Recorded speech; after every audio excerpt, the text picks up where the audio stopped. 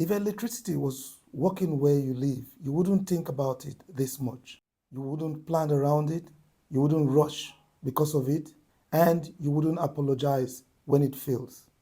The moment power becomes something you must constantly manage, it has already stopped doing its job. Across Africa, millions of people are described as connected.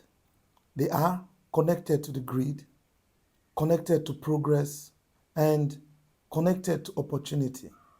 But let me ask you something simple. If you are connected, why do you still live like disconnection is expected? Why do you still store fuel? Why do you still charge everything at once? Why do you still stop work mid-tax and apologize for delays you did not cause? You see, connection, in theory, should remove anxiety, but for many, it has only changed its shape. Here's where the story quietly breaks. In most global energy reporting, success is measured by presence. Is there a wire? Is there a meter? Or is there a connection? Reliability is optional. Affordability is secondary. And consistency is assumed. So a household can be electrified, in quotes, even if power comes for a few hours a day. On paper, that is progress. But in real life, that is uncertainty with paperwork. Unreliable electricity doesn't just affect appliances, it affects behavior. When power is unstable, you rush instead of plan. You shorten tasks and you avoid starting things that require focus. You see, over time, people don't even notice the adjustments. They just say this is how things are. And that acceptance is more damaging than darkness itself. Because systems don't change when inconvenience becomes normal. Now let us be honest. Unreliable grid still serves someone. Industries often get priority. Extractive operations are stabilized and commercial zones are protected, whereas homes are expected to cope.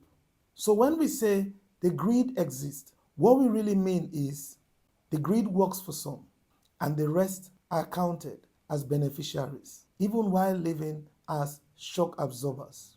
You see, what is lost in this arrangement is not just comfort, it is time, it is trust, and it is confidence. When power is unreliable, businesses stay small, ideas stay theoretical, and ambition stays cautious.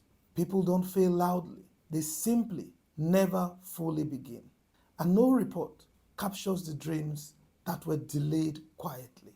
Let me say this clearly. Electricity access is not a moral victory. It is a functional promise. And a promise that works sometimes is not a promise fulfilled. In the energy transition, if we are serious about people, then connection cannot be the finish line. Reliability must matter. Consistency must count. And lived experience must be the metrics. Anything else is storytelling without accountability. So, here's the question I want to leave you with. If you are connected but still live in preparation for failure, what exactly has been delivered? And who gets to call that success? The future won't be shaped by the loudest voices, but by the truth we're finally willing to face. Until next time, stay with the question.